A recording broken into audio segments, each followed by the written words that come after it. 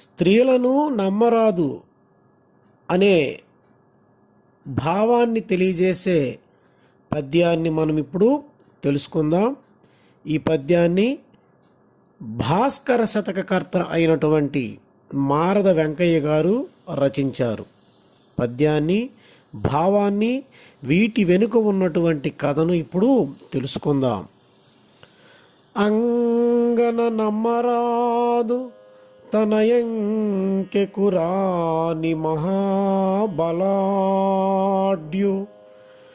వేభంగుల మాయలొడ్డి చెరుపం తలపెట్టు వివేకి అయిన సారంగధరున్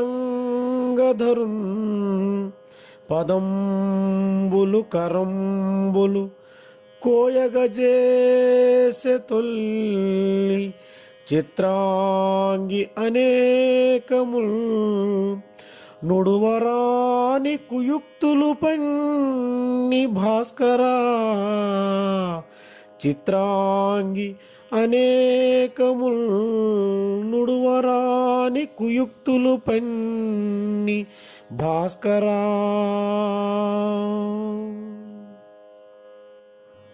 భావం: భాస్కర, ఆడవారిని నమ్మరాదు. తనకు లొంగని పురుషుడు ఎంత బలాఢ్యుడైనను కుట్రలు పన్ని అనేకమైన మాయోపాయాల చేత పాడు చేయడానికి ప్రయత్నిస్తారు. పూర్వము చిత్రాంగి అను ఒక ఆడది సారంగధరుడు వివేకవంతుడై ఆమె ప్రేమను తిరస్కరించాడనే కోపం చేత అనేక కుయుక్తులు పన్ని అతని కాళ్ళు చేతులు నరికించింది కదా. ఈ పద్యం యొక్క పూర్వపు కథను ఇప్పుడు విందాం. సారంగధరుడు ఇతడొక రాజపుత్రుడు. ఈతని తండ్రి రాజరాజ నరేంద్రుడు, తల్లి రత్నాంగి. పట్టణము రాజమహేంద్రవరం. ఈతనికి చిత్రాంగి అను సవతి తల్లి ఒక ఆమె కలదు.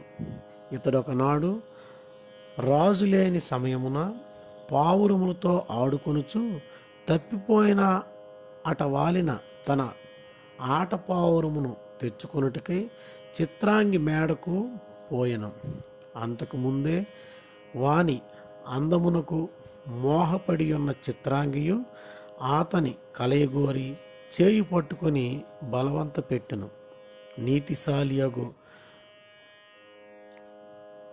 ఆ రాకుమారుడు అంతటి పాపమున కొడిగట్టుకొనక నిగ్రహముతో చేయి వదిలించుకొని పారిపోయెను.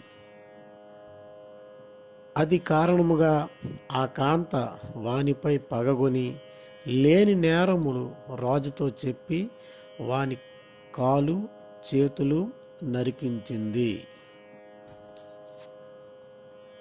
మరొకసారి విందాం. చిత్రాంగి రాజరాజ నరేంద్రుని రెండవ భార్య. మొదటి భార్య కుమారుడైన సారంగధరుని వలలో వేసుకోవాలని చూసింది. ఆ ఆటలు సాగక పోవడంతో మహారాజు అయిన రాజరాజుతో సారంగధరునిపై పితూరీలు చెప్పి చివరకు అతని కాళ్ళు చేతులు నరికించిందని సారంగధరుని యొక్క చరిత్ర మనకు తెలియజేస్తుంది.